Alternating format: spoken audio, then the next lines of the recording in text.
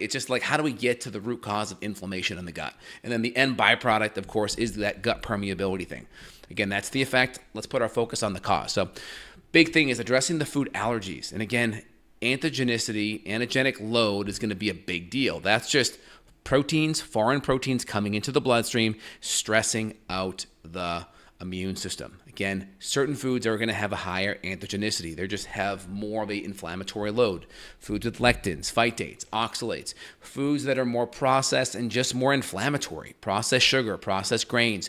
Gluten is going to be a big one, right? Alessio Fasano out of Harvard showed that even if you're not celiac, you're not even gluten sensitive, you're going to have an increase in gut permeability with that gluten protein, that gliadin protein, in your bloodstream. And so we know that in and of itself can create immune reactivity because these foods are now in your bloodstream. They're now going into that bloodstream and the immune cells are seeing it and tagging it and creating antibodies for it. Now, the more this happens, certain proteins like gluten looks like your thyroid tissue. Certain dairy proteins look like pancreas tissue. Certain proteins can look like myelin or gangliocytes. Different tissues in the body can resemble. And so the more we eat certain foods with this gut permeability, and if we eat other inflammatory foods around it, it's going to create more inflammation, stress, and a greater likelihood you can come down with an autoimmune issue. I have Hashimoto's. I'm able to keep it mostly in check, keep the antibodies very, very low, just above normal through healthy diet and lifestyle. There's some data showing that eating gluten can raise your antibodies for months at a time. And so the more we can decrease the load of inflammatory foods, grains being a top priority, dairy being a top priority, especially with casein. The casein protein is very immunoreactive. You can have intolerances to gluten. You can have gluten intolerance. And intolerance is more of a digestive issue where you're not able to break the protein down.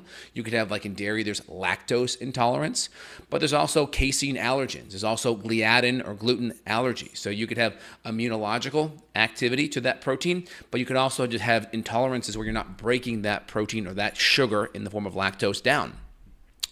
You're going to see lentils or beans could be an issue due to the fact that there's all kinds of phytates and mineral blockers.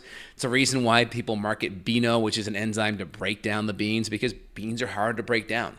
This is the reason why if you look at, cookbooks like the Weston A. Price cookbook, they talk about soaking and fermenting your beans or soaking or fermenting your nuts because you can break down a lot of these anti-nutrients and make these foods easier to digest, easier to break down.